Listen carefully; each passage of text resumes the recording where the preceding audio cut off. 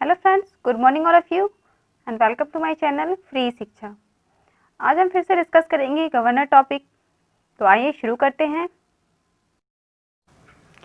तो हमारा आज का पहला क्वेश्चन है क्वेश्चन 31।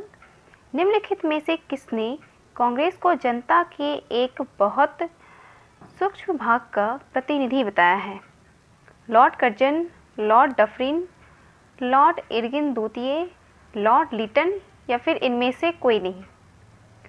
इसका राइट आंसर है option B, Lord Dufferin. Lord Dufferin ने कांग्रेस को जनता के एक बहुत सूक्ष्म भाग का प्रतिनिधि बताया है। आइए नेक्स्ट क्वेश्चन की तरफ चलते हैं। नेक्स्ट है क्वेश्चन 32। लॉर्ड वेलेस्ली की सहायक संधि को स्वीकार करने वाला पहला मराठा सरदार था? पेशवा बाजीराव प्रथम, पेशवा बाजीराव द्वितीय, दौलताब सिंधिया, नारायण राव या फिर इनमें से कोई नहीं। इसका राइट आंसर है ऑप्शन बी, पेशवा बाजीराव द्वितीय। तृतीय आंग्ल मराठा युद्ध के बाद मराठों को भी सहायक संधि स्वीकार करना पड़ गया था और पेशवा बाजीराव द्वितीय के समय से ही सहायक संधि को स्वीकार किया गया और ये अंतिम पेशवा बनकर रह गए। फ्रेंड्स, आज इस टॉपिक का लास्ट सेशन है। मैंने इस टॉपिक का टोटल 40 क्वेश्चंस करवाया है और आज 40 क्वेश्चंस कंप्लीट हो जाएंगे। और फ्रेंड्स, इस टॉपिक से एग्ज़ाम में इन 40 क्वेश्चंस में से बाहर कुछ नहीं आएगा, क्योंकि फ्रेंड्स इस टॉपिक से जितने इंपॉर्टेंट क्वेश्चंस बन सकते हैं एग्ज़ाम्स के लिए वो सारे क्वेश्चंस इसमें हैं। इसलिए फ्रेंड्स इस सेशन का पूरा वीडियो देखिएगा। इस टॉपिक का 4 वीडियो है, चारों वीडियो पूरा देखिएगा, ध्यान से देखिए। नेक्स्ट है क्वेश्चन 33। निम्नलिखित को सुमेलित करें। वर्नाकुलर प्रेस एक्ट, ये सारी ऐतिहासिक घटनाएं हैं, इसे मिलान करना है। वर्नाकुलर प्रेस एक्ट कब हुआ था? तो ये हुआ था 1878 में। सती प्रथा का अंत हुआ था 1829 में और स्थायी बंदोबस्त प्रणाली ये हुआ था 1793 में। रैयतवाड़ी व्यवस्था ये हुई थी 1820 में। नेक्स्ट है क्वेश्चन नंबर 34। इस्तमरारी बंदोबस्त किसने लागू किया? Lord Wellesley, Thomas Munro, Martin Bird, Baron Hasting या फिर इनमें से कोई नहीं। इसका आंसर है इनमें से कोई नहीं, क्योंकि इसका राइट आंसर है लॉर्ड कॉर्नवालिस। इस्तमरारी बंदोबस्त को जमींदारी बंदोबस्त के नाम से भी जाना जाता है और ये 1793 में लॉर्ड कॉर्नवालिस के द्वारा लागू किया गया था। फ्रेंड्स, वीडियो को लाइक करना मत भूलिएगा, वीडियो को लाइक कीजिए और शेयर करना भी मत भूलिएगा, ज़्यादा से ज़्यादा शेयर करें। नेक्स्ट क्वेश्चन है, निम्नलिखित गवर्नर जनरल एवं वायसराय को कालक्रम के अनुसार सजाएं।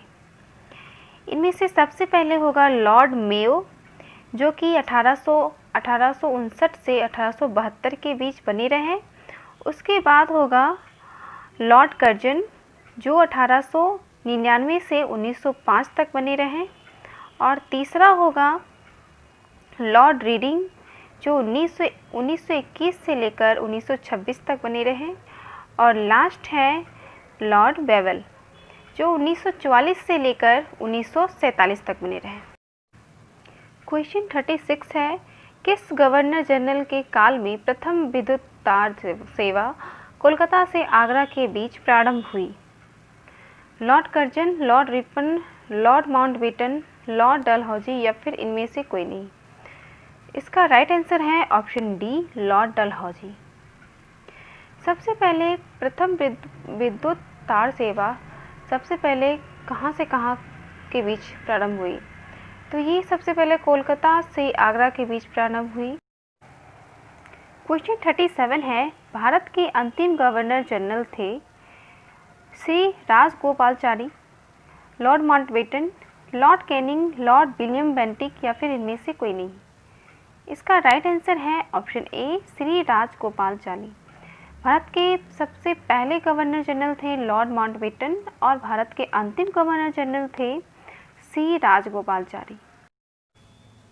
नेक्स्ट है क्वेश्चन 38। हमारी इस शिक्षा प्रणाली से लोग रंग और जाति से तो भारतीय रहेंगे, किंतु मानसिक रूप से अंग्रेजी यह किसका कथन है? तो ऑप्शन ए है चार्ल्स, ऑप्शन बी है विलियम बेंटिक, ऑप्शन सी है बिल्किंस, ऑप्शन डी है मैकाले या फिर ऑप्शन डी इनमें से कोई नहीं। तो इसका राइट आंसर है ऑप्शन डी मैकाले।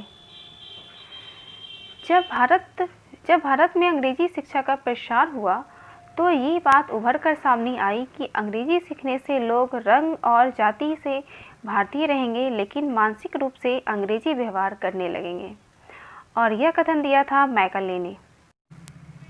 क्वेश्चन 39 है, किस गवर्नर जनरल ने भारतीय राजाओं से गोद लेने की प्रथा छीन ली? Lord Canning, Lord Dalhousie, Lord Wellesley, Lord Mountbatten या फिर इनमें से कोई नहीं। इसका राइट आंसर है option B Lord Dalhousie. Doctrine of lapse, जिसे हड़प नीति के नाम से भी जाना जाता है, इसके तहत गोद लेने की प्रथा को समाप्त कर दिया गया और ये लॉर्ड डलहौजी के द्वारा किया गया। लास्ट है क्वेश्चन 40, किस ब्रिटिश शासक ने मराठों को अंतिम रूप से पराजित कर दिया? Lord Wellesley, Lord Dalhousie, Lord Hastings, Lord William Bentinck या फिर इनमें से कोई नहीं। फ्रेंड्स, इसका आंसर आप लोग कमेंट बॉक्स में जाकर कमेंट कीजिए कि इसका राइट आंसर क्या होगा। इन चारों में से ही इसका राइट आंसर है और आप खुद बताइए कि इसका राइट आंसर क्या होगा। और फ्रेंड्स, इस टॉपिक का 40 क्वेश्चंस आज समाप्त हो चुका है। इन 40 क्वेश्चंस को आप लोग ज़रूर देखिएगा, चारों वीडियो को देखिएगा, ध्यान से देखिएगा और इन 40 क्वेश्चंस का आंसर याद रखिएगा, क्योंकि एग्ज़ाम में इस टॉपिक से इन 40 क्वेश्चंस में से बाहर कुछ नहीं आएगा, क्योंकि इस टॉपिक से जितने भी क्वेश्चंस बन सकते थे मैंने सारे क्वेश्चंस करवा दिया है। So friends, thank you so much and thank you for your watching.